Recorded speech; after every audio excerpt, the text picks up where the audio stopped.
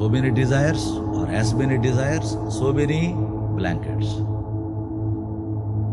Covering the radiance of the Spirit. We have to uncover to discover. We have to uncover, discover. We have to uncover, discover.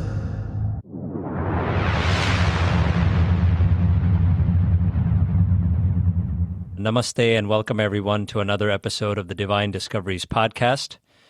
Today, and this particular episode is a very, very, very special one, very close to my heart, and I'll tell you guys all the reason why. Host-wise, I'm the Lone Ranger here today. Unfortunately, Vikram or Christiane could not join, but we have a very, very, very, very, and I don't know how many varies I can add, but no matter how many I do, I think they would all fall short in terms of describing how special of a guest that I have today. But I'm not going to introduce you to her quite yet. We'll do that on the other side of the opening prayers. Om Shri Gurubhyo Namaha. Harihi Om Om Gurur Brahma Gurur Vishnu Gurur Devo Maheshwaraha Gurur Sakshat Parabrahma Tasmai Shri Gurave Namaha Sadguru Maharaj Ki Jai. Om Gajananam Bhutaganadisevitam Kapitta Jambu Phalasara Bhakshitam Umasutam Shoka Vinashakaranam Namami Vigneshwara Pada Pankajam Om Gam Ganapataye Namaha. Om Sarvamangala Mangalye Shive Sarvartha Sadike Sharanye Trayambake Devi Narayani Namostute Om Dum Durgaye Namaha Om Aim Saraswatye Swaha Om Shri Mahalakshmi Namaha. Om Trayambakam Yajamahe Sugandhim Pushtivardhanam Urvarukamiva Bandhanan Mrityor Mokshi Yamamrutat. Om Namah Shivaya. Om Namah Shivaya. Om Namah Shivaya. Om Bhur Bhuvasvaha. Om Tatsavitur Varenyam Bhargo Devasya Dhimahi Dhiyo Yonaha Prachodayat. Om Namo Narayanaya. Om Namo Bhagavate Vasudevaya. Om Namo Bhagavate Pandurangaya. Om Apadam Apahartaram Dataram Sarvasampadam Lokabhiramam Shri Ramam Bhuyo Bhuyo Namamyaham. Shri Rama Jai Rama Jai Jai Rama. Om Vasudeva Sutam Devam Kamsachanuramardanam Devaki Paramanandam Shri Krishnam Vande Jagat Gurum. Om Klim Krishnaya Namaha. Om Hare Ram Ram Ram Hare Hare Hare Krishna Krishna Krishna Hare Hare. Thank you everyone for tuning in. I'd like to make this really quick about how you all can connect with us. We're on social media, on Instagram, this Divine Discoveries 108. You can also email us at divinediscoveries108@gmail.com. If you have any questions or ideas for topics that we can discuss, we'd love to hear from you. We also are on all the major streaming platforms: Apple Podcasts, Amazon Music, YouTube, iHeartRadio, Spotify, and many, many more that are dedicated podcast apps. So please certainly continue to listen to our show and support us, rate us, provide any comments or feedback that you may have. This really helps with our visibility and for others to be able to discover this podcast.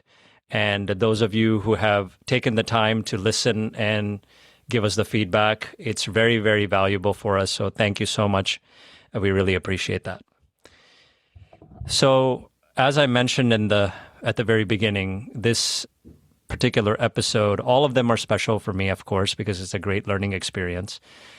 But for me, the most wonderful moments are when I get a chance to learn more about our Guruji, whom you all have had the chance to hear through this show, his voice. Many of you may not even have known of him, but those who are following the show regularly are now accustomed to hearing a clip or two from some incredibly amazing, satsangs that he led.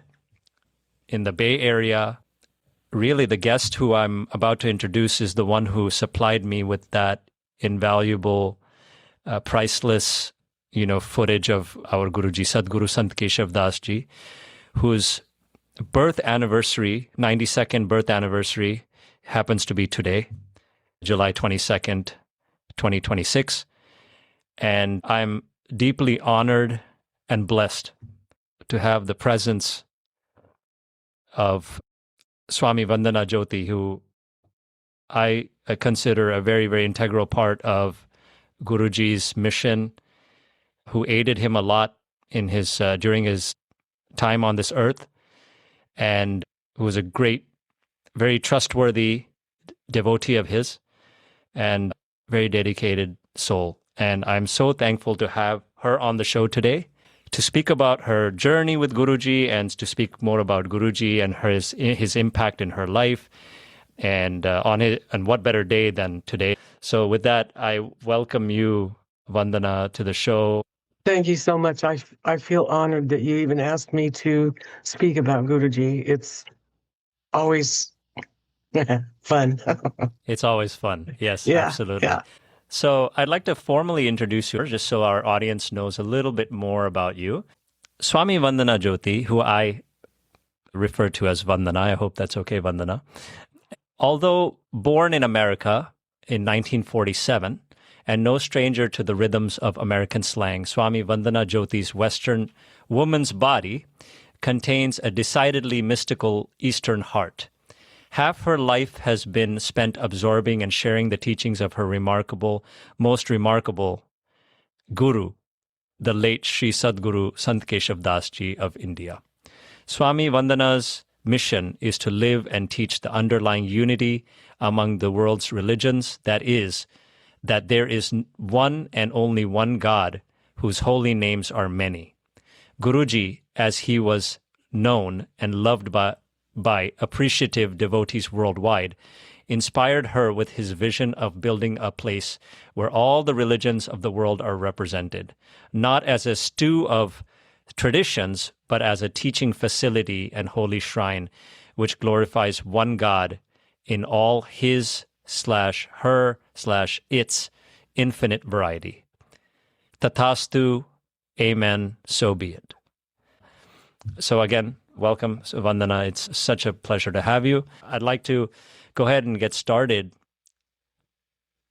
by asking you about your childhood or, your adolescent years.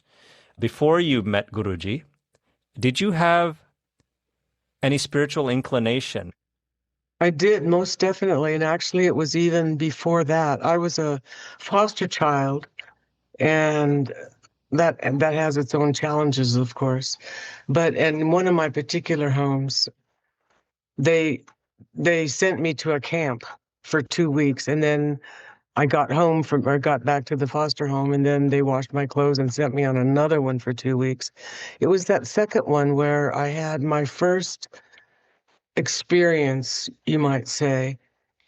There was a giant bonfire down in the middle in this campground, and a rising tier, amphitheater type of thing. We were outside, and I felt so utterly alone, just so alone, unwanted in the universe. And the universe spoke, and it said, "No, you're not." And that was my first spiritual experience. Then when I was 18, it was the same foster mother who sent me on those 2 camps. She brought over Autobiography of a Yogi. And I read that book and had an experience while I was reading it. And I was reading about Lahiri Mahasaya when he met his guru.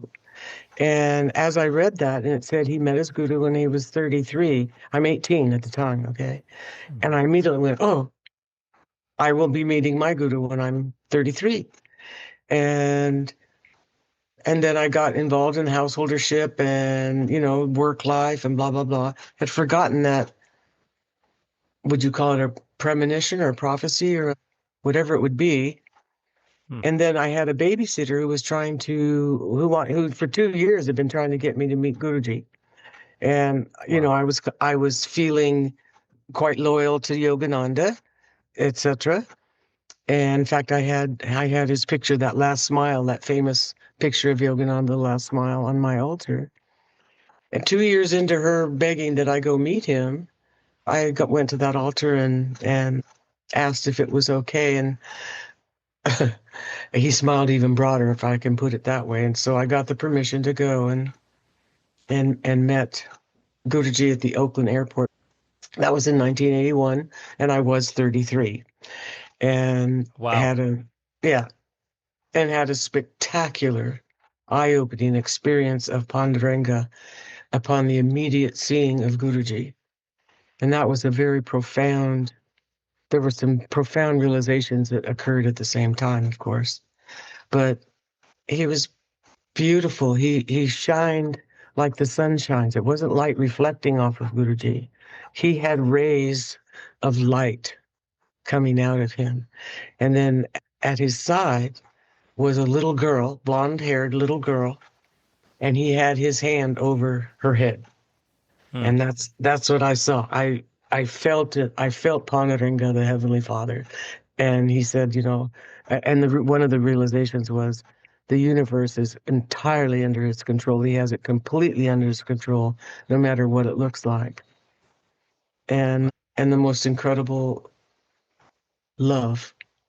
When you have an experience like that, the mind gets stunned. There's no other way to describe it. It gets stunned. Mine was stunned for 8 months. And even though I was able to raise the family and do my job and all that, at the same time, I was just imbibing Guruji's books like crazy, learning Sanskrit from his, whatever his books and so on. It's just an incredible input of the knowledge. Wow. And I went every time he came to the Bay Area. I lived about 2.5 hours away at that time. And every time he came to the Bay Area, I would get in my car and and go see him. Incredible. So with relation to, the vision that you had of Guruji, and obviously something like that can completely, like you said, stun your mind. You're baffled, like, I can't believe what I just saw.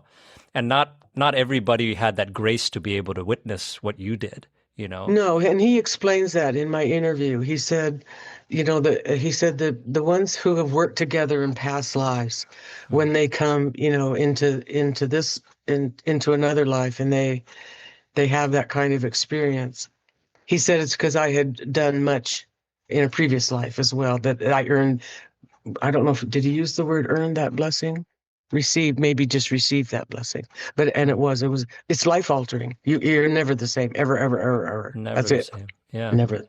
No. So was that the moment when you had witnessed that you at that point realized that this is who I'm going to surrender to, this is who I'm going to follow, or whose mission I'm going to, carry out? It was an instantaneous bond.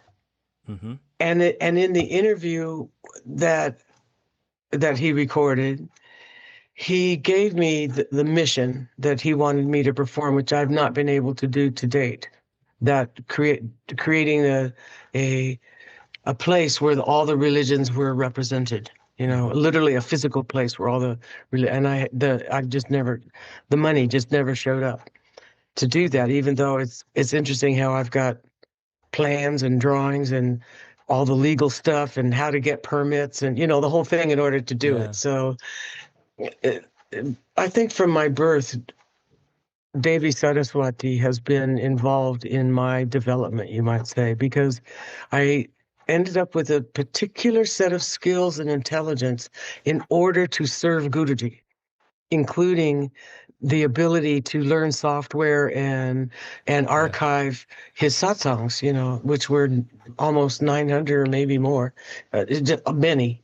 And it dovetailed very nicely with what he needed done. I was also a bookkeeper, website designer. It's like, okay, we have templeofcosmicreligion.com, or .org, we got et cetera, et cetera. And I kept the books and helped him with his taxes and stuff like that. It was to be able to serve one's guru. Oh my God.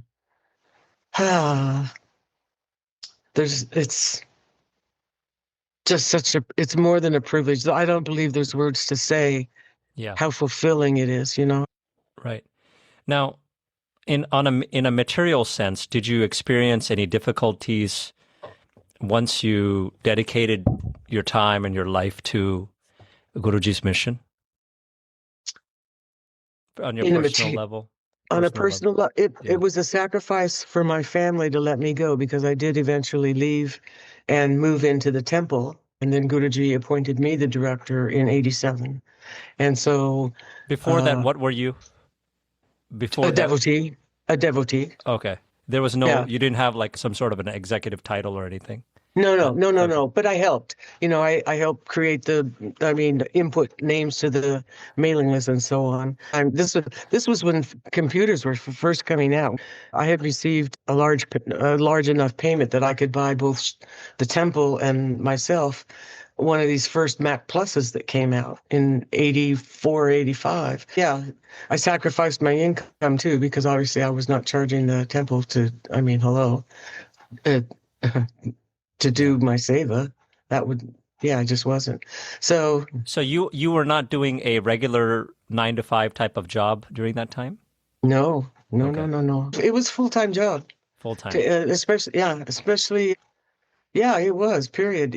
Mailing out books and tapes and creating the newsletter and getting all that sorted and mailed and so on. Hmm. I got you. Okay. I guess in your own words, since we've mentioned the Temple of Cosmic Religion, I'd just like you to tell me, based on what you've gleaned from your interactions with Guruji, like how would you describe the establishment of this organization, what its purpose was, the vision, Guruji's intentions with it? I know you mentioned the place where all the religions are represented. So I think that kind of partially touches on this question here. But It does. I don't know. I wasn't around at the commencement of the organization. When I got there in '81, uh-huh. it was a functioning organization. I think he came to the States in what, '67? Right. Yeah. The late Yeah. 60s. Right. Okay. Right. Yeah. And so I didn't get there until '81. So Mhm. he already had his organization established. You kind of just imbibe it because the main thrust of Guruji's teachings was truth is one, many are the names. And then he had such jnana, the knowledge, but he also was just overflowing with bhakti, the devotion. And I think he used to say, bhakti is caught, not taught. Mm. and and he would infect people with that, the bhakti, with Mhm, his mhm. bhajan or his kirtan, Yeah. and it was just, yeah. So he was quite a cosmic guru, Yeah. He understood the unity and taught that. So, but the other thing too is when you see God, when you actually see God, any fanaticism you had about this religion or this one or that one, gone. Goes out the window. Out, far, far out the window. Mhm. It dissolves. It really is only one God. Yeah. Absolutely. Obviously, in Guruji's presence, there were so many. I think he did introduce all of you devotees, his devotees, to other gurus and other, religious leaders, right? From Yes, other he did. organizations and all that. Yes. So you got a chance to get a flavor of what all they did too, perhaps how they transmitted their energy, right? So I wonder though, from your perspective, what was it about Guruji that really set him apart? I think he never forgot that when he was teaching in Western country, he made it easy enough for people who had never heard of any of the deities or what is a murti. He made it easy to understand. Mm. And so the knowledge that he was imparting was simple. It wasn't complex. And he made it readily understandable. And that was probably his greatest gift that and the fact that he could impart mantra to people, which mantras, it saves people. Right. Yeah. it's funny you asked about, I never, even though we would meet all these other gurus and so on, I didn't really get to see a lot of how they worked or what their energy was like. Well, some of their energies. Yeah. But it was usually because Guruji was the one who was speaking at the invitation of those people. So it wasn't so much their presentation as his. Got it. Okay. So whenever Guruji would visit the Bay Area, I don't know if it would be just once a year or if he would, on his travel in the United States, if he would make multiple stops there. I'm not sure because I know he had quite a following there. It was his home base. Yeah. And so he would go out and then come back and then arrange another schedule, and I'd get air flights for him, and he'd go out again and, and travel and then come back. And then usually, go to Kmart and bundle up and then take it all to India. So when he was there, he would spend how long there? Like at a stretch, 2 weeks, 3 weeks, something like that? Yeah, sometimes 10 to 2 weeks. And then, but there was one time when he did a Gayatri sadhana for 48 days. And that was unusual. That was in the Santa Clara ashram. And so we had Havan and everything for 48 days there chanting Gayatri mantra. Oh, that must have been very powerful. It was. Very powerful. Yeah, it was. Uh-huh. So when he visited that area, how did you guys come up with the topics that he would speak on? Like, who would come up with that and who would communicate that to him?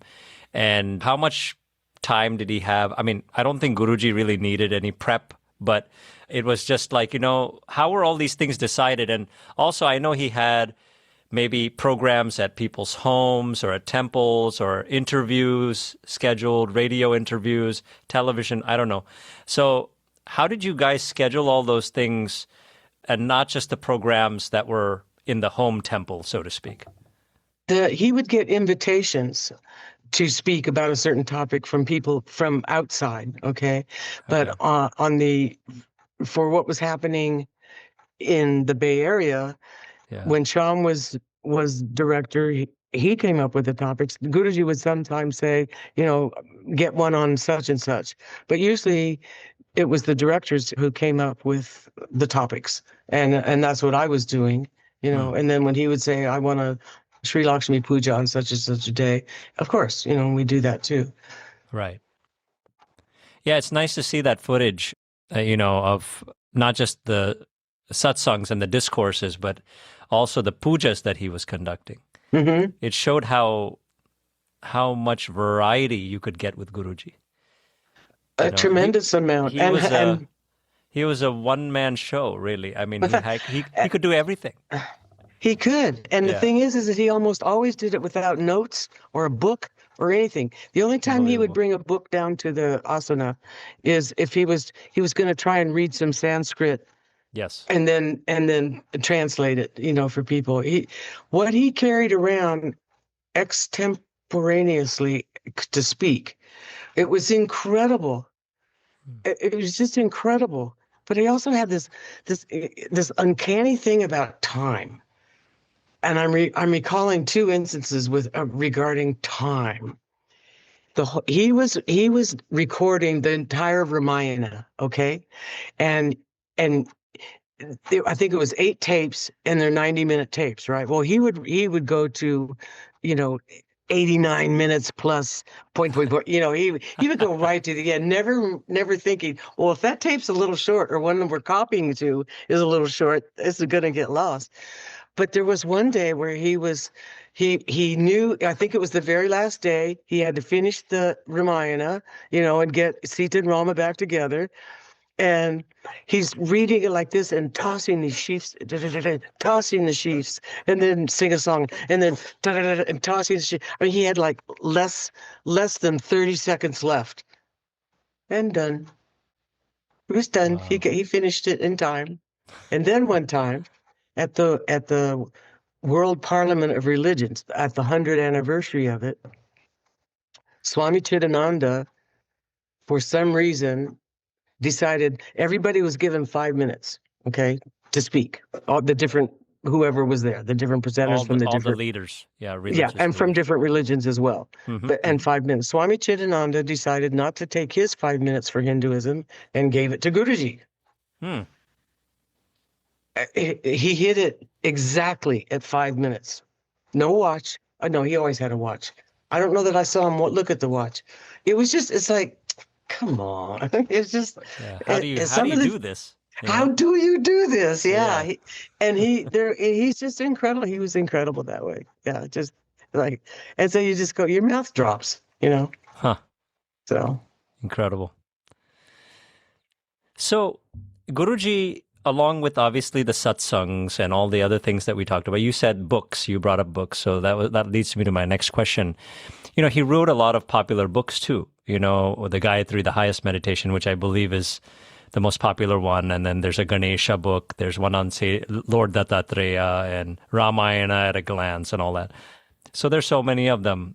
I'm just wondering, did you have any? You know, were any of these written after you came into this organization? Did you have any involvement in any of these books? Oh, yes. And if you did, in what fashion did you have involvement? The Lord Dattatreya book and the Lord Ganesha book, the Sadguru Dattatreya book and the Lord Ganesha book. I typeset them on that little Mac Plus. So to see, and it was in an 8.5 by 11 format. And so to see each page, I had to go 4 times. You know, I move the screen over 4 times to get one page. But I didn't write them. He would give written stuff, or he gave, you know, so mostly I was just typesetting, you might say. And yeah. Did he give dictation and somebody would type or write it? No, most of it he wrote himself. Okay. Yeah. Yeah. Yeah. Oh, let's see, in the Upanishad, no, we never printed a book on the Upanishads, but I had transcribed this was early in my seva there. It was funny. There was a room this was again in the Santa Clara, and there was like a sunroom, okay? And shelves and shelves and shelves of cassettes, and looked like a storage room. It was a wreck. It was a wreck. Very unusual to have a room in the temple look like that. Well, he says, go in there and find the cassettes on the Upanishads. Okay. So That's I like go in. Is it almost like finding a needle in a haystack? It is. At first you have to move the furniture, and you know, and yet the determination I had to please this guru and get those cassettes, I'm just pawing through things, and I finally got them, you know. Anyway, I took them home, and it was about 500 pages of transcription. So, and yeah, that was something. I bought one of those tape recorders where you can listen to the tape, and then you can have a foot pedal while you're typing to make it stop and go and stop and go. So yeah.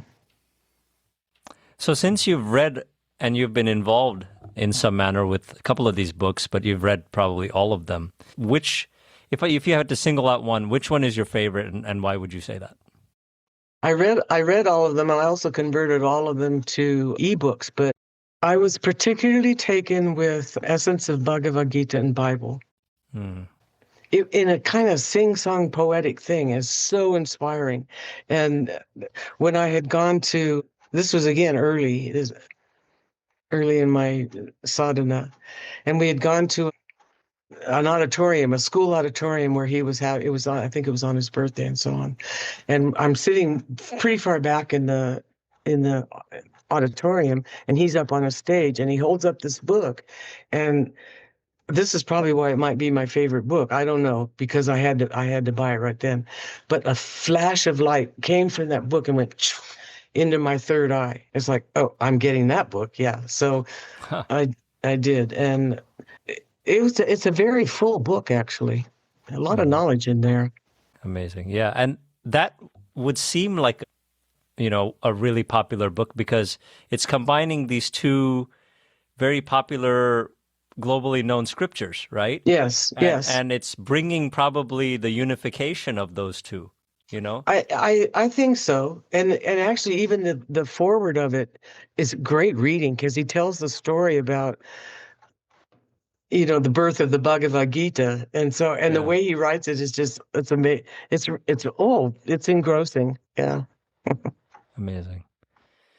So I would like to ask you, sort of in line with this, maybe, not necessarily a book-related question, but I know that Guruji, he kind of put his heart into preaching what you told me earlier, which is God is one, but many are the names and forms, right? I think one of the Upanishads has that line, the Vedas, it comes from the Vedas. But, I know that these deities, not just do they have names and forms, but they have certain gravitational pull for certain people, right? So everybody's going to have their Ishta Devata, if you will, right? So maybe accordingly, Guruji would give the mantra to them. I don't know. Or maybe if they didn't know who their Ishta Devata was, maybe he would steer them towards one. But the question I have for you is, which deity did you have a special connection with? It was Guruji. When very early, even this is like maybe the second time I got to visit the temple. He was in the bed. This is again in the Santa Clara thing, and he was getting ready to take a nap or something. And Martha and I were going in to say goodbye, and he's laying back and he says, Vandana doesn't like her guru. And I bolted and I went, you're my Ishta. And he had been laying back, okay? Mm-hmm. I never saw such Shakti. He boing, sat up straight and said, Devata? And I said, yeah. And then he's relaxed and laid back down. And it was like he was shocked. Huh. But I think it was because I read in one of the little tiny pamphlets about Panduranga, okay, literally about Panduranga, that Panduranga had told Guruji that he would appear to certain devotees as Panduranga. And so Guruji knew intuitively, probably by what the revelation that he gave me when he opened my third eye, that Heavenly Father is my honey, and so, which is Panduranga, so Yeah. so, but it was the energy. It was a shock of Shakti that made him sit up. He had been like reclining and then bolted to a sitting to a dunk. It was, Yeah. yeah. Upright position. Yeah. Upright, yes. Yeah. Amazing. Yeah. But Guruji himself his life, I know from what I remember, I think from one of the videos that I saw that you sent me, he was giving an interview to someone, and he was saying how he became, and then, how he got struck with that sort of like lightning bolt, so to speak, when he got the Shaktipat, or the enlightenment had hit him. And it was when he had actually seen the darshan, he had the darshan of Lord Panduranga himself, right? When he was 11, you mean? When he was young, yes. Yeah. Mm-hmm. Okay. Just wanted to confirm that's what had transpired in his life. Yes, that's my understanding. That when he was 11, he had gone to the temple where his grandfather had kept a small murti, and we went there on one of the pilgrimages. So there was a powerful experience there too. I'm not supposed to be talking about my experiences, except without Guruji, I wouldn't have had these. Exactly. He was giving the little tiny temple where his own enlightenment had happened when he was 11. Right. He's giving a satsang, and he's way in the front and I'm way in the back, pretty much near the back. And I'm just the bhakti is just incredible. And then this, how the bhakti tear comes from the outer corner of the eye. Yeah. And one tear was coming out of the outer corner of my eye, and this tiny monkey-like man.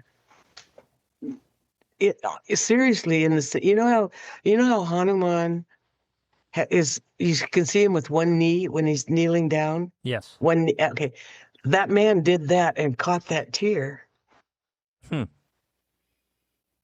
Yeah.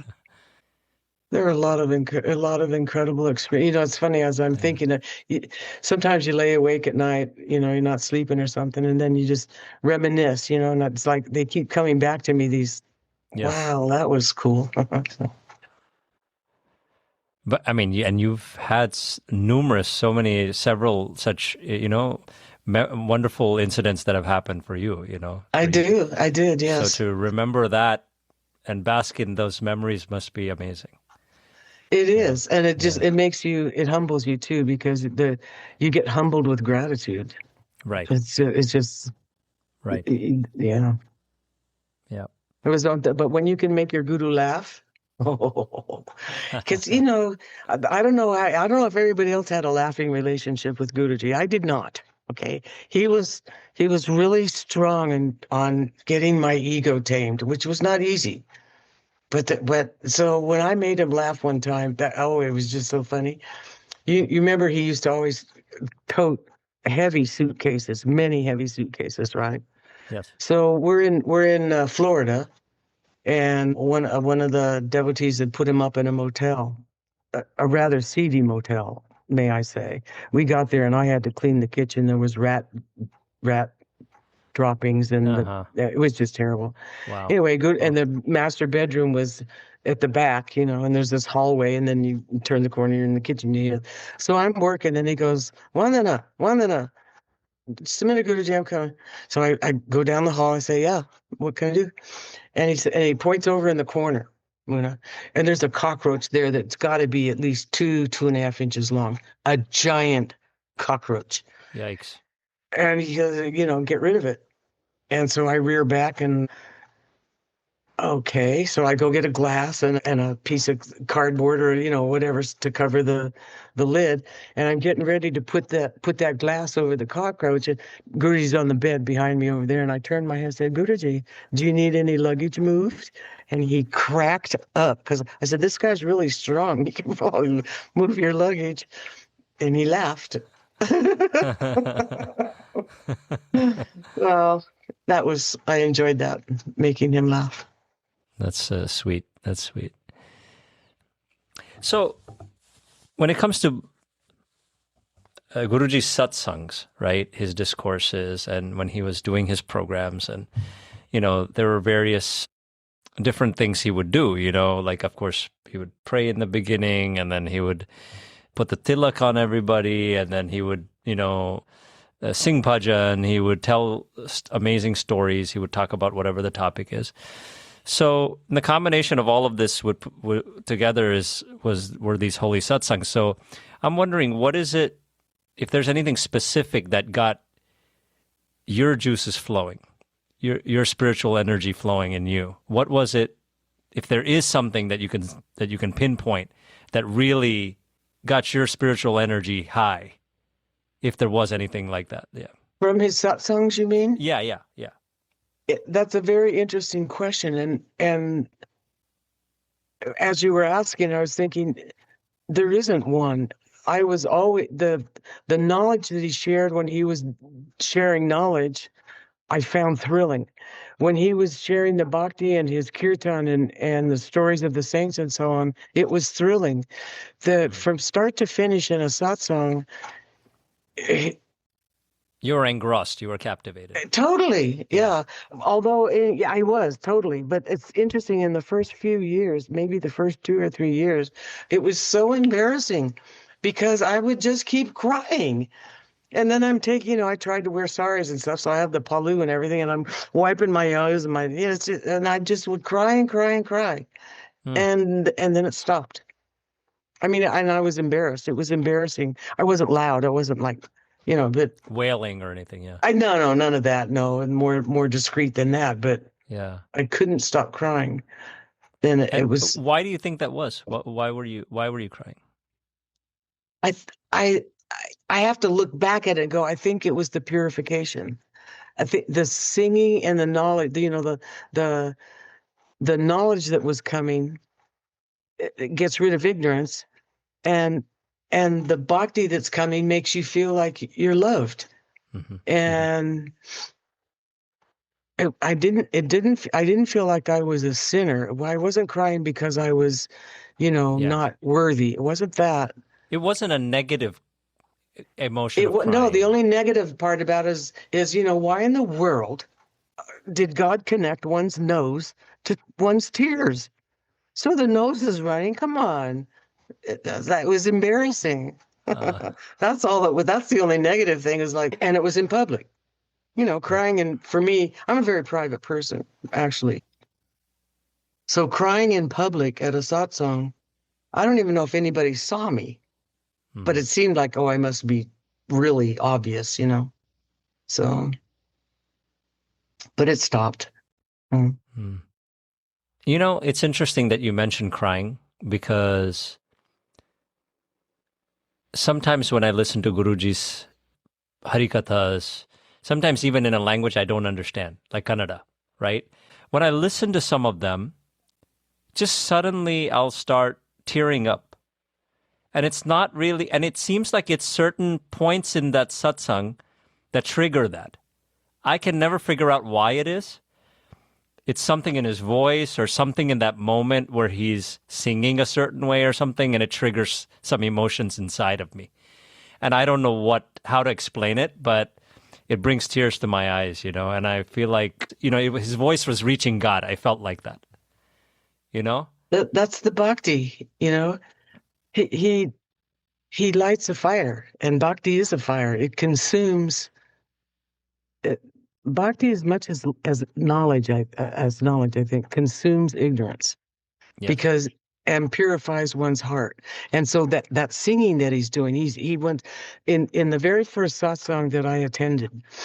He was singing in a foreign language, and I'm sitting back here and I'm going, "Why are you singing it in my own mind? Why are you singing in a foreign language? I don't understand what you're doing." And he kept on singing, and I went, "Well, look at me, just look at me, would you?" He's playing and singing, and he looks up at me, and I go, "Ooh, all these are thoughts, right?" And then he answered the question, the silent question I had asked. When he was done singing, he answered. He said, the reason these songs," I'm paraphrasing, they go in and they are starting to clean out. They're starting to purify you, and clean out the things that your ego doesn't like this. He says your ego squirms with hearing these sounds, but these sounds are purifying. So. And tears are purifying, So right. They are. They humble and they purify at the same time. There is something there about the cry. Mm. Yeah. I have felt that at times, and you can feel the presence of God at that moment, really. Yes. And that's what I can think of. Whatever deity he's singing about, I can just envision him singing, and then that deity right above him, And it's just an incredible feeling. And I don't stop it at all. I don't stop to, I'm crying, I don't become conscious. I just let it flow, because they say, I've heard even some other gurus say that, we cry for everybody. We cry for, this happened, that happened to me, or something happened to another family member and all that. But when are we going to have tears for God?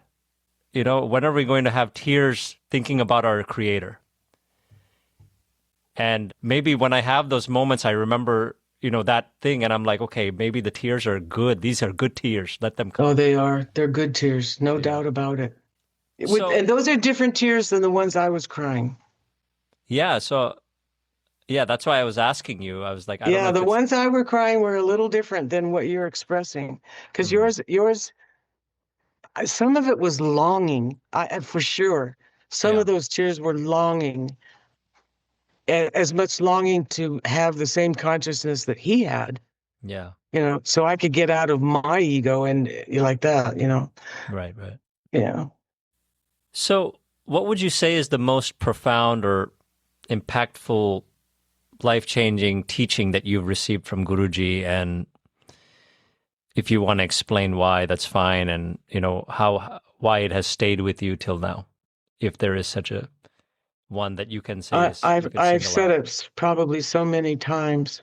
The efficacy of mantra for curbing one's mind and ego is the most incredible gift that he gave to me. That and the opportunity to serve.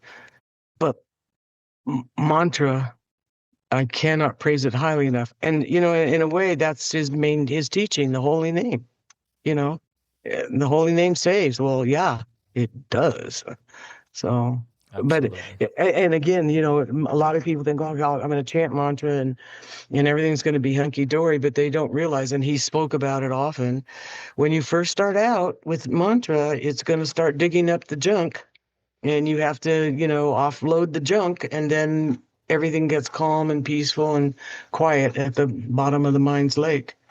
You spoke about how it works, how mantra works, and even the guru works on taming your mind and ego and all that. So I would say over time, what did you see in terms of betterment of your personality or some sort of change in your personality versus what you were before? And after you had been with Guruji for some time, what could you say were some personality traits that were changed for the better for you?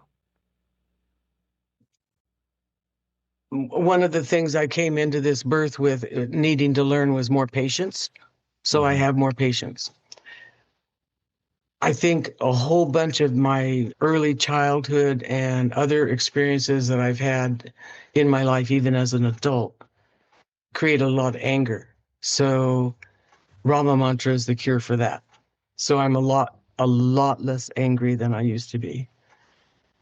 The other thing is the letting go, the surrender of preconceived notions of what it's going to be, demanding to know something that it's a surrender to go, if I need to know something, I trust you will tell me.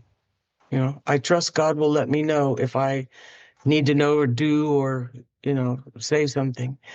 And so waiting on the Lord is a real sadhana. Because, in the Prem Lila, the play of the love divine, I keep telling people now, you will have your part to play on the stage. The trouble for human beings is we ad lib. And so we butt into other people's karma. He said, don't do that. Your own karma is sufficient.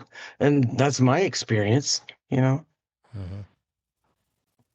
Then there's the guru wannabes, that's another that's the other thing Guru would teach would be perils on the path, you might say. And you get a little bit of knowledge and you get a little bit of devotion, and then you think, well, you're there. And so you have the desire to teach and, be a guru. But it's like Jesus said, take the beam out of your own eye before you try and take the splinter out of somebody else's. So one's motive is everything. Right. So always be conscious of that, of what is your motive and your own and others. What comes out of some people's this discrimination comes to you, where you hear something, but it doesn't match what you're seeing in the heart of the person who's saying it. The words don't match the motive, and the heart in the motive is in the heart, not in the mind. So. Yeah.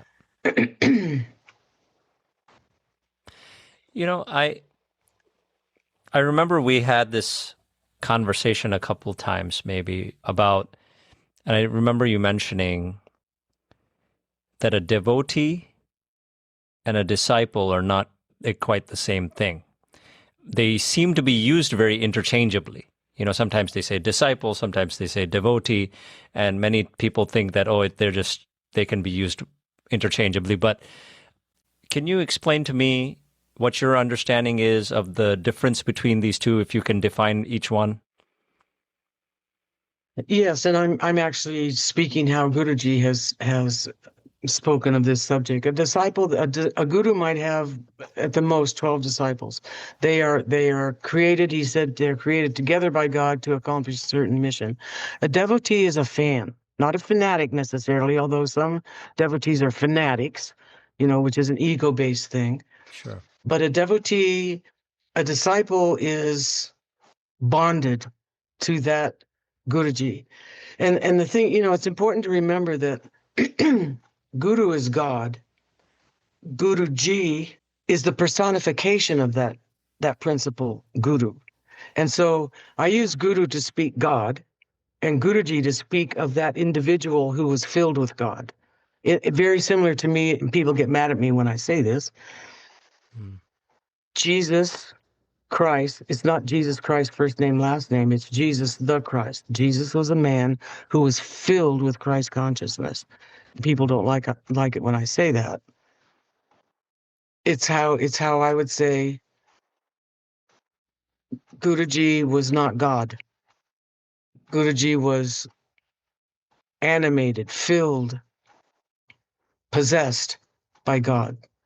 But that which can die, that which is not immortal, is not God.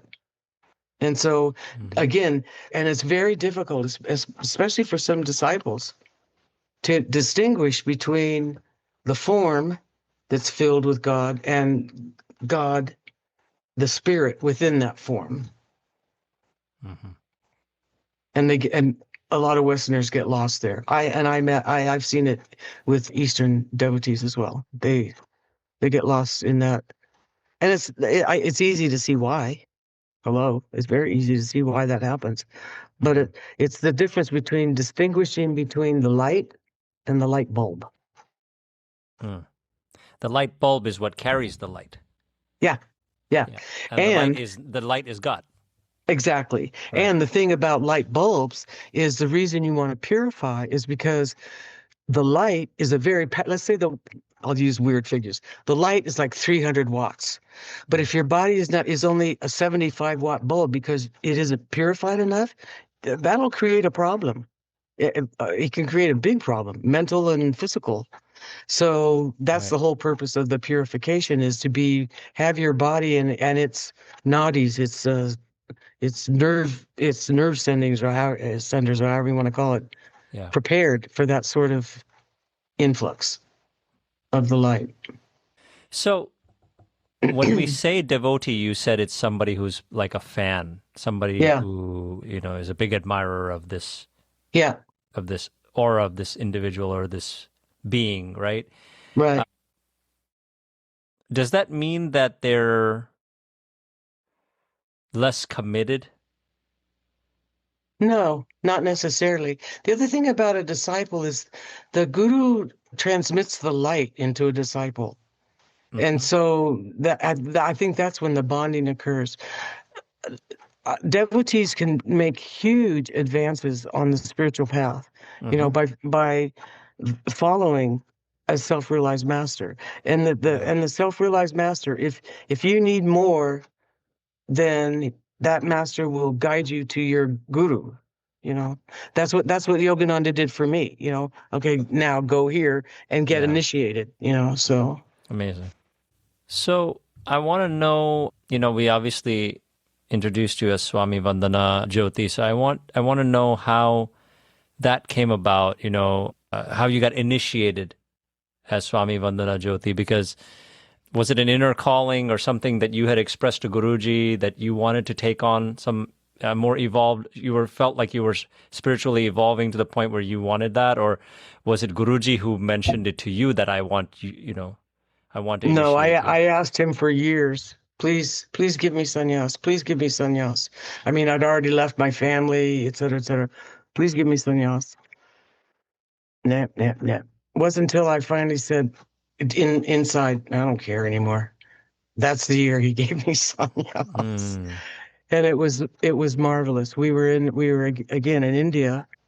It was on the most holy day of Shiva in August, and we're on the Ganges in a boat, and I had gone scouring, looking. Very difficult to find wood. You're supposed to offer some wood, some fruit, and flowers. And Yeah. so I went scrounging around. All I could find were these little twigs. So I found like 20 little twigs of the wood. You're supposed to, like logs, I guess. I tied it up with a ribbon and had a Oh. plate of fruit and flowers and offered that. And he took the twigs, which is the karma. I mean, he just went in. I offered, he took, grabbed one, threw it into the Ganga, and then leaned forward and whispered some mantras and told me what kind of sannyas he was giving me. And I was flying so high after that. It was, however, I obviously still wasn't without ego, because I'm climbing up the ghat afterwards, right? We're done with the Ganga and out of the boat, and I'm climbing up the ghat, and here comes this cow walking toward me, and and I'm trying to bow to it, and it hits me in the head. Whoa.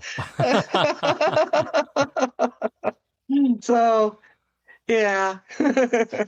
So you had a little headbutt with the cow, huh? I did, yes, yeah. Yeah. Well, maybe that's its way of blessing you also. Okay, I'll take that. I thought he was trying to knock out some more ego. Hey, She actually was a she. So, yeah.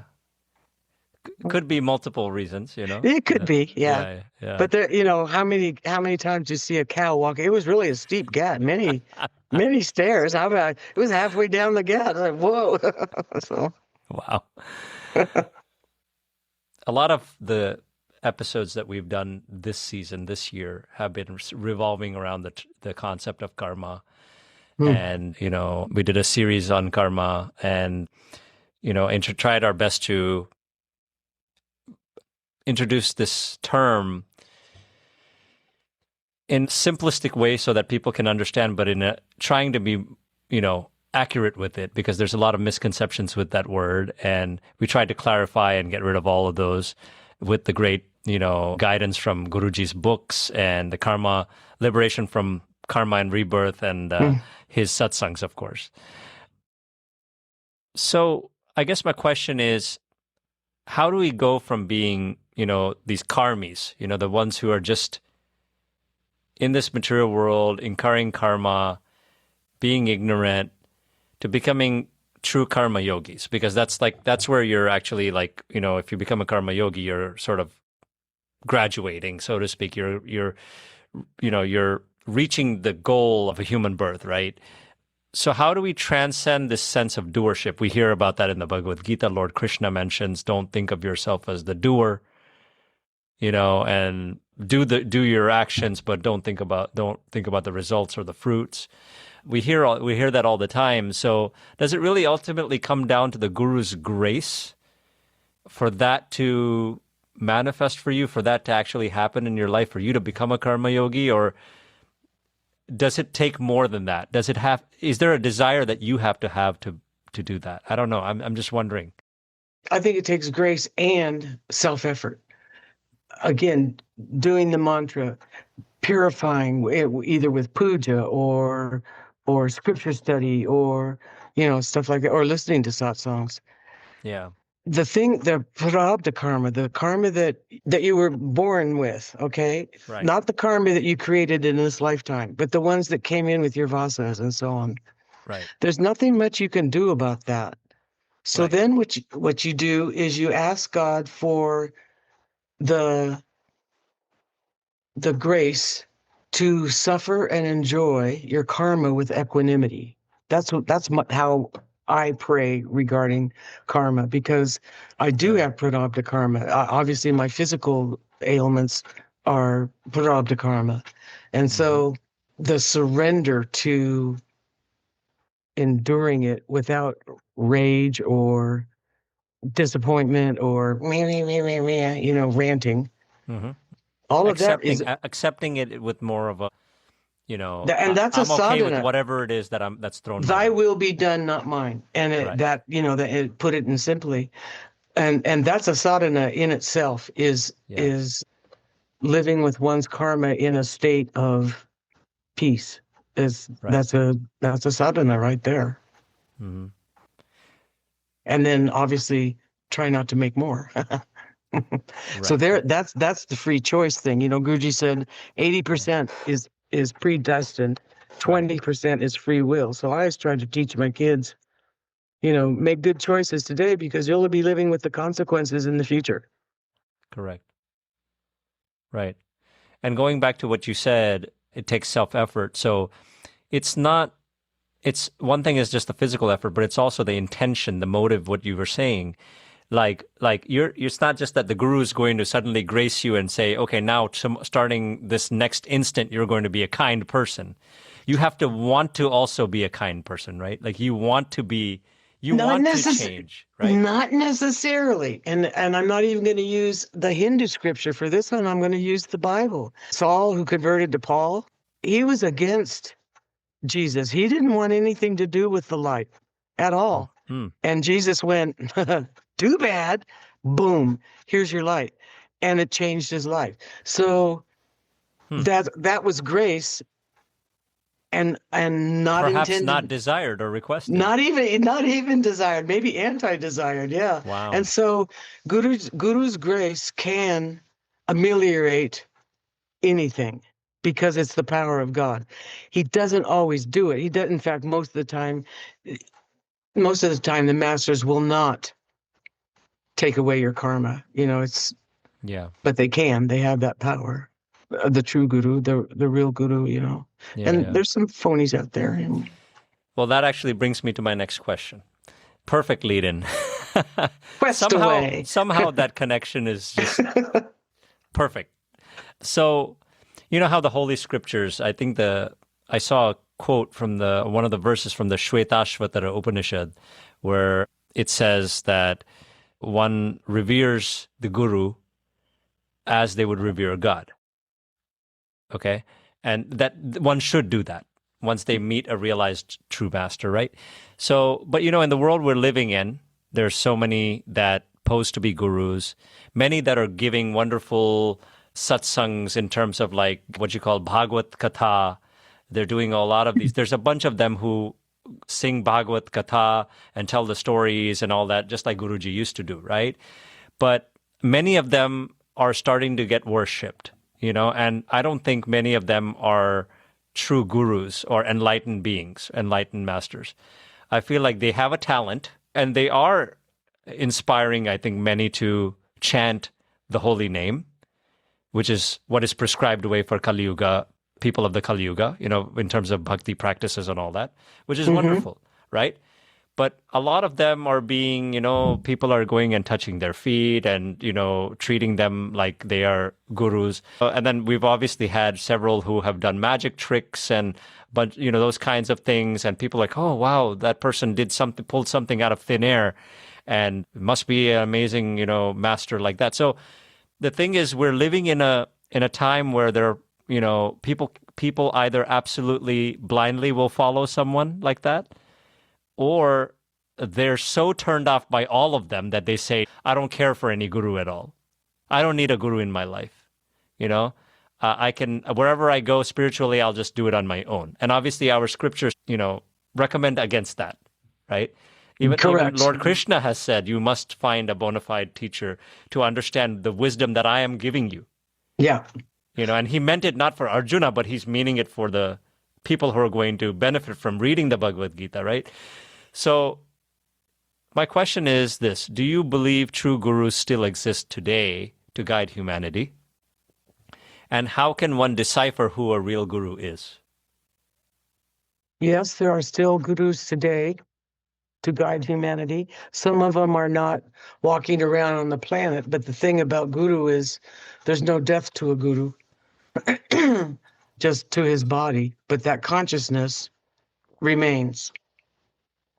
The test about whether a guru is a true guru, Guruji taught that there are 3 qualifications. Shastra Veda, meaning he can interpret the scriptures. He doesn't just know the scriptures, which is what you're describing some of these people. They know the scriptures, but they don't really know the scriptures. Okay, they're right. Parrots repeating. Okay, so Shastra Veda. They don't understand the deeper meaning, the deeper right, and they couldn't. No. And if you, Yeah. and some of them, like if you gave a self-realized master a copy of the Bible and said, tell me what Revelations means, he would be able to do so. Hmm. Not everyone could.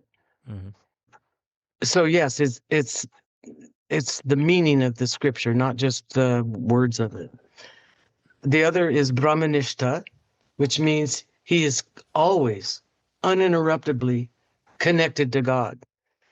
And there's evidence of that when a person is always connected to God. And one of the evidences, if you will, and one of the devotees remarked about this, about Guruji. It's like, she said, it's like he's here, but not really here, And that's what it is. It's because the vast portion of his consciousness is tuned to God, and not down here. Hmm. And then the third one is the ability to transmit the light. And if you aren't hearing from the disciples of some of these gurus, I saw the light. You already know then that's a wannabe, or they're not the full expression of guru. So that's those three qualities are what define a guru. Hmm. It makes sense to me. Yeah. Absolutely. Yeah. And I have heard him say that in some of the satsangs. Yes, Yeah. absolutely. Yep. Yeah. He says what the duty of a disciple is too in those satsangs. So Hmm. So we're getting close to the end here. A couple more questions I have, and the one I'm going to ask now is, I'm very fascinated by just the concept of, I know when we've spoken a few times on the phone, you've mentioned that you still feel the presence of Guruji, you have conversations with him. So I'm wondering not so much what those conversations or interactions are about, but rather how those manifest for you. Are you hearing his voice from within you? I remember Janardana last year, we had done this Guru Purnima special, and he was mentioning Guruji's stentorian voice is what the word he used to describe it. And I thought, I had to look that up actually to see what that exactly meant. And I felt like it was a fitting, description of it. So is it his stentorian voice that you remember when he was on the earth in his body that he was using? Was that the voice you're hearing from within yourself, or are you seeing him in front of you? Like how does this happen for you? I don't know that I've ever said in our telephone conversations that I see him. Okay. Okay. Yeah. And it's not, I don't hear him in the same voice that he spoke with when he was in the body. It's more like a touch of intuition. It's an immediate apprehension of something. Or nowadays what he's doing also is different things are happening in my life, and he moves the obstacle out of the way. Or if I've forgotten forgotten something, or I'm going to be in a danger if I do X, that then it's God the Guru at that point doing his protection thing, or his, and it's tons of grace, because and some of it is the smallest stuff, and yet you're just so grateful because life is difficult these days. You're grateful for any smoothing of the path Right. that happens, and that's Yeah. what he does. On some occasions, and this was again while he was in his body. Even he had cities. Obviously, he was definitely able to enter a person's mind and speak to them there. And you do hear it in his voice. He could absolutely communicate to you silently in your mind, and did for sure. And Yeah. several, yeah.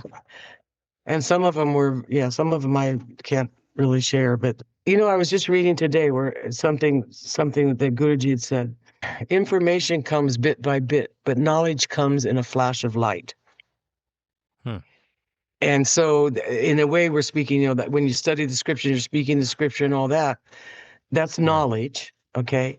But the understanding of that scripture, I mean, that's information, but the understanding of that scripture is the knowledge. the light of the Yeah. of knowledge, and that's what Exactly. Guru is. You know? And when do you feel his presence? What does it take, you think, for you to Sometimes that?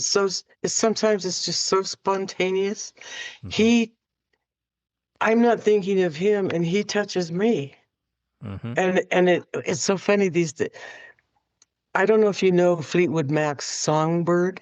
Have you ever heard that? Yeah. It's okay. There's one line in there. I love you, I love you, I love you like never before. When he touches my heart like that, that bursts out like that, singing. I love you, I love you, I love you like never before. So the devotion is growing. Even to think about it. Yeah. He just pluck, Yeah. oh, hi, hi, Guruji, and I get on about my business. So, yeah, Oh, that's it's wonderful. amazing. Yeah. Yeah, it is. Yeah. So it could be just random like that whenever he wants to, right? But Yes. there may be times when you're calling out, when you want to And I get that too. get a response from him for something maybe you're wondering, I don't, not necessarily saying it's only for unfortunate situations or something that you're struggling with, but it could also be something joyful that you're grateful for something and you're just expressing that to him. Whatever it may be, yeah. one or the other. Do you get instant response whenever you feel like reaching out to him? Not every time, no. It's he used to say it. He used to say that the child cries for the mother, but until the child really means it, the mother doesn't come. Yeah. So this is true of the Guru too, and these days, I have some health issues with some terrible, terrible, terrible, painful spasms. Okay, that just make me cry out in pain, and these days, instead of calling him, he sends me to this Lakshmi Murti, and I clutch her hands and ask her, please make it stop. I mean, it is so painful. I'm crying at the top of my, please make it stop. And she does. So I didn't really have a concept of mother that I remembered, and even in previous births, I already know I have been motherless many, many, many times, and the cause of that may be that I was really a bad person one time with my mother. I don't know the cause. All I know is that I've been motherless in more than one lifetime, and it's only in the last maybe 6 months, maybe less. Even though this Murti, Lakshmi Murti, has been here all this time, and I would say hi to her and everything, the realization came looking at her one day, and her eyes were just so loving.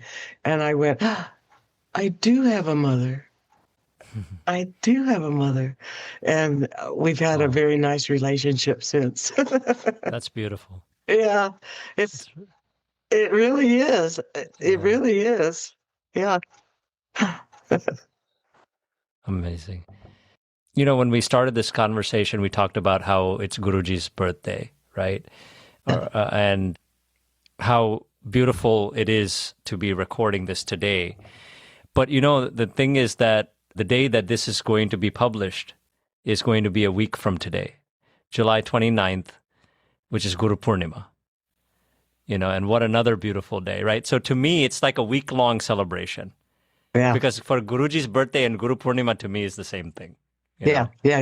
This is more maybe a lighter question, and that's nice to end with, and also to maybe jog your memory a little bit is, what are your fond memories or personal anecdotes that maybe you can dig up and tell us of celebrating Guru Purnima and or Guruji's birthdays? Because I know you guys had some birthday celebrations of Guruji's. I've seen the videos, or some of them anyway. And then, so I want to know some of those, if you have any specific anecdotes that you want to share from those celebrations. His birthdays were big shindigs. And the first time I met him, that time in Oakland when I met him at the airport, all the devotees were coming from all over the country because it was his birthday. It was going to be his birthday. I met him just a few days before the actual birthday, okay? And so the ashram was just filled to the brim with people sleeping here, there, everywhere in the temple and so on. And Mother wasn't there yet. And then Mother came in at the, I guess I don't know if one of the kids had a child or, anyway, she came in a little bit later. And Maybe it was me. well, it may have been. Was that when were you born? 81? 1981, July 5th. It may have been you. It was you. Yeah, it was me. And so she helped your mom and then flew in for Guruji's birthday. And we had like, they were similar but not really, 55-gallon drums, and we kept making rice and rice and rice. And we were going to have in Berkeley, they had a fair where you could sell your food and stuff. Okay, so we got there with the food, but there was dancing and bhajans and and I remember the one for his 60th birthday. Now that was in the Fruitville ashram. Were you there for that one? Where we had built these big scales and sat him on the scale, and I'd had one of the devotees who had a auto repair shop who could do painting as well. So I'd gotten these half bricks, and I had the guy paint them all gold, and then people would make a donation for this gold brick. And so Guruji's sitting on one side of this scale, okay, and all these gold bricks are going on the other one. Yeah, it's called it's called Tulabhara. Is it? Okay. Tulabhara. Yeah, Krishna had done that. There was a story of Krishna being weighed like that. With the tulsi leaf, where Rukmini came in. That Rukmini puts the down. Rukmini came. Yeah. So anyway, I guess they did it in India too, because we went on pilgrimage and did the same thing. So they did it there too. I was there at the India one. I don't think on the India here. one. Yeah. How about like Guru Purnima? Because I know like his birthday and Guru Purnima, it seems like are fairly close in terms of like dates, right? I know sometimes it'll fall in July, sometimes it falls in August based on these lunar cycles and lunar calendars and stuff. But the question I have is like, did you guys do any special satsangs for Guru Purnima or any special celebrations? I don't remember doing that. No. And some of it might be that, Guruji accepted offerings to him and so on, but he didn't set himself up to be worshipped. Mm-hmm. That wasn't his shtick, which is wonderful, of course. Right. It just wasn't. It wasn't his thing. So right. I don't. We may have, but I don't remember doing anything super special for Guru. That's what I find very respectable about him too. I really love the fact that he was so. There was no 0% ego. Yeah. Just 0%. Like. Completely lived by, that sthita pragya lakshana, whatever you want to say. He was definitely. Just that. Yeah. I mean. Yeah, he was. Again, you almost want to say he wasn't human, but he had a human body. But what came through him was just so extraordinary. It wasn't human. Yeah. It was divine. Right. It was. When he was acting human, though, when he was being normal with grandchildren and, stuff like that. But he was still, it's not like that divine stuff was turned off or anything, right?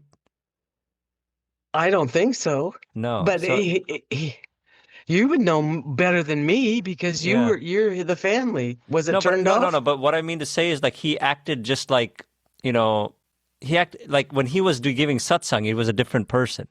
It was like a different being up there. Yeah, that's true. That is true. And then the way he acted with was so playful and this and that. So I was like, sometimes you wonder about that. Like how can he be so different? When you're younger, especially, you don't understand how he's able to transform into something else, and you marvel at that, right? But It's a tamed ego thing. He says you yeah, can't be in the body without an ego. His ego was tamed, so he could use his ego to entertain his grandchildren, for instance, okay, yeah, or his own kids, you know. But then when he was giving satsang, as you say, he was a different person. yeah, He shed all of his ego at that point and became a right, conduit, a pure conduit of the divine energy and divine knowledge and right. divine love, all of it. But he also said that a true guru is somebody who at no point loses contact. That's the Brahma. That's the Yeah, Brahma Nishtha. yeah, Yeah, and that's one of those qualities of the three qualities that he said a guru has. right. Never loses contact, Never loses and I contact. believe that. I Yeah. believe that was Guruji's state of consciousness. I don't So, believe he. Go ahead. so in other words, when he's acting like anybody else, not this very knowledgeable being, right? He's just acting like a regular person at times. Is that just a drama? Uh-huh. Yeah, he's not actually when he does all that. And this is my opinion. When Yeah, he was doing all that, that was maybe 20% of him at the most, and the yeah, other 80% was just not here. It yeah, was, right. Maybe that's what he did to make himself relatable to certain individuals, yeah, exactly. Uh-huh.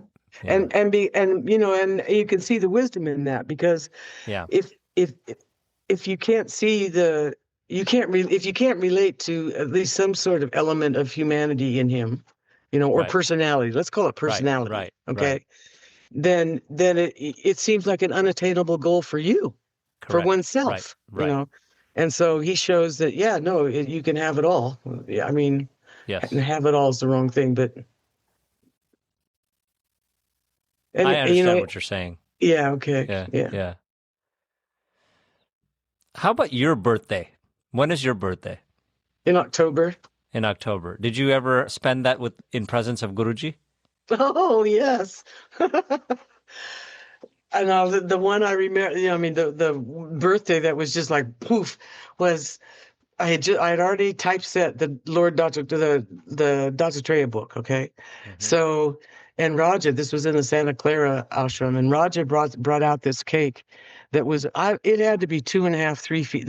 A sheet cake, 2.5 or 3 feet wide. Okay, we had Wow. many devotees, and probably 1.5 foot, deep.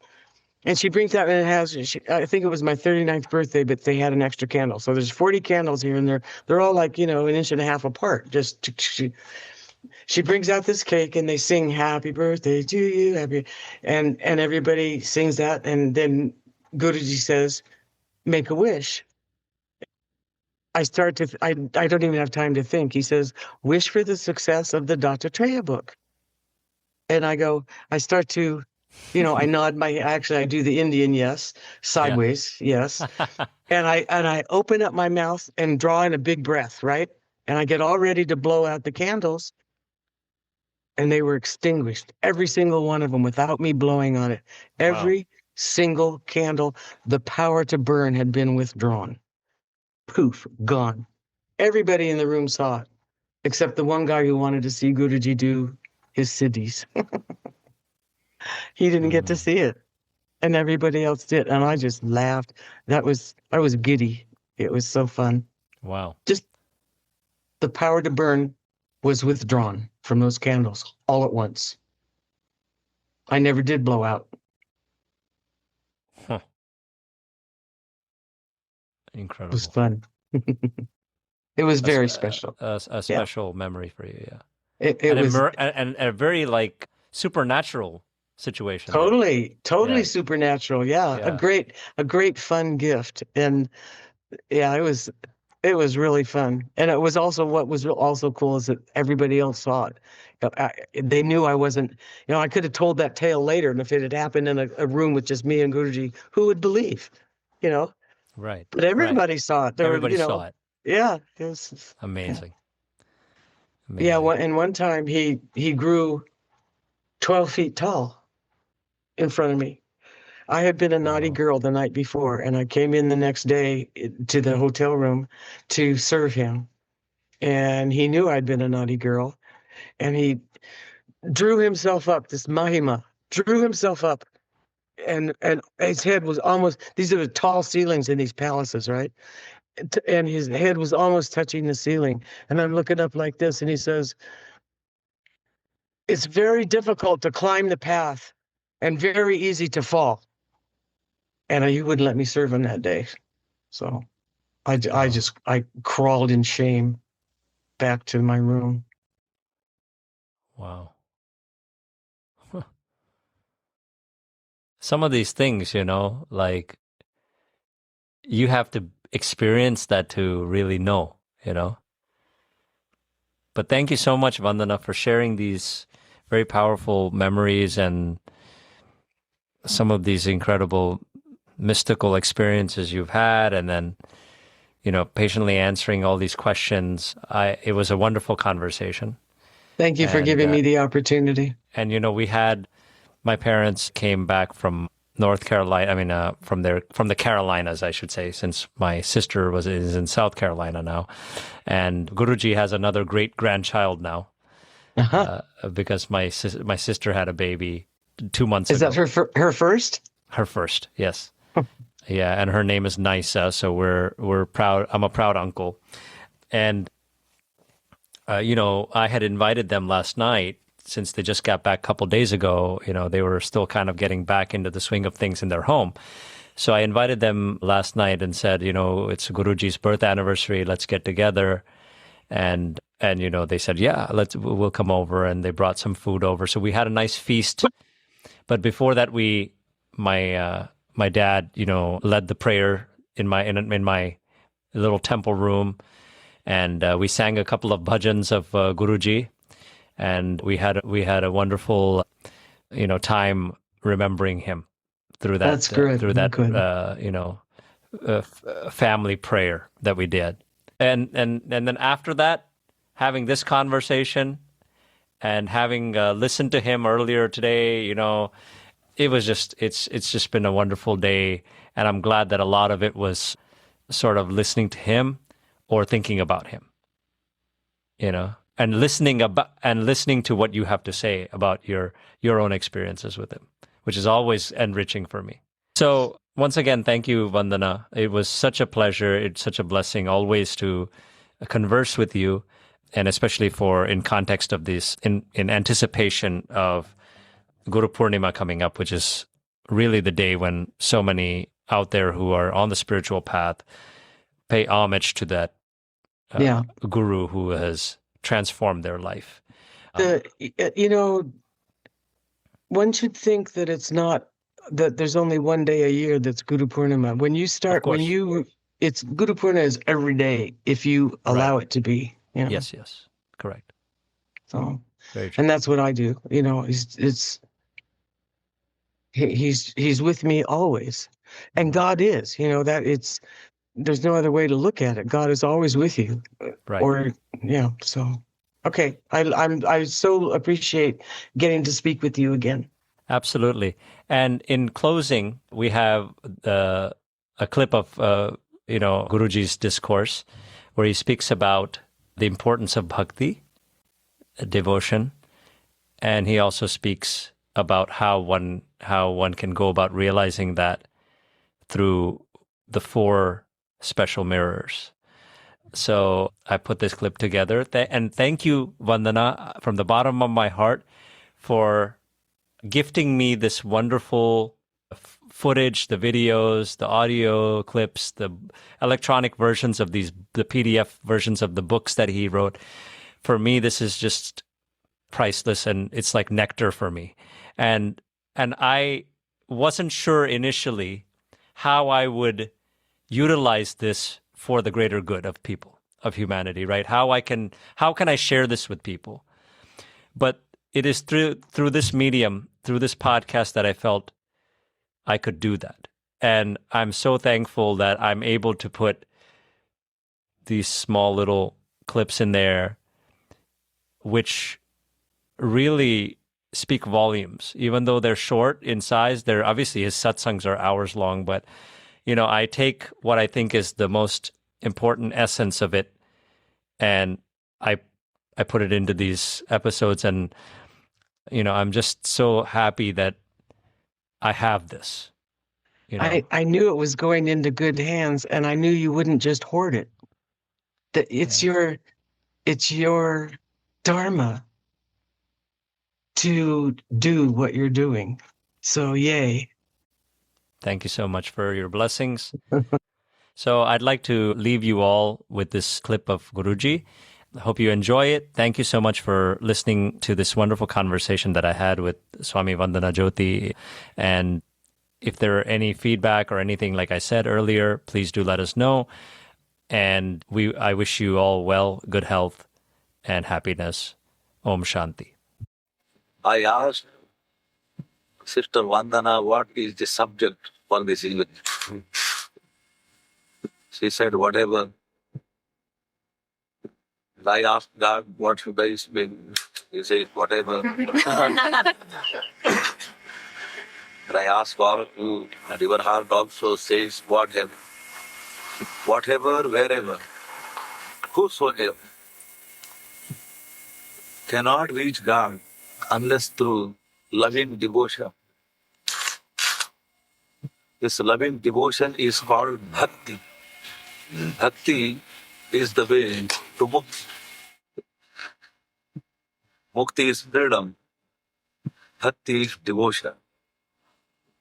Devotion to God, devotion to Guru, devotion to Dharma. These three are synonymous. Guru is Dharma, and God always is represented by the thought of his other manifestation as the Guru. Guru means the light. So the Dharma, Guru and God, devotion to this principle is the way to attain peace, happiness here, and peace that passeth all understanding hereafter. It is the essence of the Bible, essence of the Bhagavad Gita, essence of the Hindu, Jewish, Christian, all world religions. Devotion is the secret. No matter how much book knowledge an individual may gather, no matter how many austerities a person can conduct, Jnana Yoga, Karma Yoga, Laya Yoga, Kundalini Yoga, Jnana Vijnana Yoga, Moksha Sannyasa Yoga, so many yogas are taught. But in each one of these yoga, you can reach the truth only if you have devotion. A yoga devoid of devotion is unable to take you to the lotus feet of God, because God is love. Its nature is pure love, called Prema. This Bhakti consists of a very special kind of love towards God. It begins with devotion to your mother, devotion to your father, devotion to your husband, devotion to your wife, devotion to your children, then to neighbors, then to your country, in the form of patriotism. And then it still spreads into universal, humanitarian. Buddha, Christ, all of them taught hatred never ceases. With hatred, it will only increase. Hatred ceases or is transformed only by the power of love. There is no other power on earth or in heaven higher than love. Our source is love. We cannot live with a light-heartedness and joy unless there is love around us. We may have a lot of money, we may have a lot of buildings, we may have a lot of food. But if there is no love, something is missing. A life without love is like a body without soul, or the eye without sight. Such is the power of God as love. Like that, when the heart is so eager to enjoy the divine by singing the holy name, narrations of the stories of saints and prophets and their contact, intimate relationship with God, that is called the faith. When you have intimate relationship with God and intimate knowledge about God, it comes to you by faith. Unless you have a personal relationship with God, so long the truth of God is never revealed. So this personal relationship, intimate relationship with God, you have to have intimate relationship with your own higher self, which is God, Paramatma, sitting in the heart of all beings. You require to see yourself. Therefore, God kept 4 mirrors called Darpanas. One is the whole beautiful creation, this nature, which everyone loves, mountains and oceans. We become very happy there because you see your true self in the ocean. You see your true self in the mountains. Therefore, you love roses, you love flowers, because you see yourself in that. So such is the mirror of this nature. It is called Vishvadarpan. And then the second mirror is, all this is so big, so vast, and therefore people bring that in the form of a painting, in the form of a sculpture, all a conception, all an abstract conception about the nameless, formless, attributeless, featureless principle of love. All those abstract concepts are brought into concrete ideas, symbolic of the sacrifice of Jesus, the marble cross, the Star of David, Om, the crescent moon, the various things.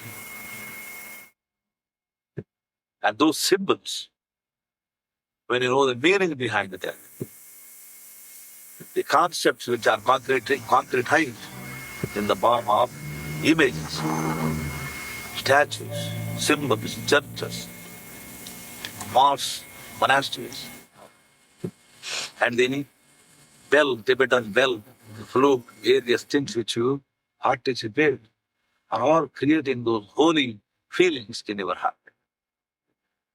And therefore, the second mirror is what we call Murti Darpan. And the best, another mirror is your own discriminative mind.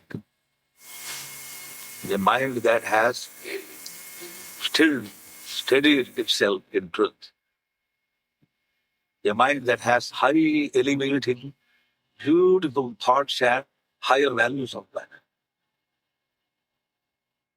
which are Darpan, noble thoughts, wishing good to everyone, having no hatred, no jealousy, no ego attached. When you have that placidity of mind, prasadika mana, such a mind which is limpid like a lake, crystal clear, like a lake without ripples.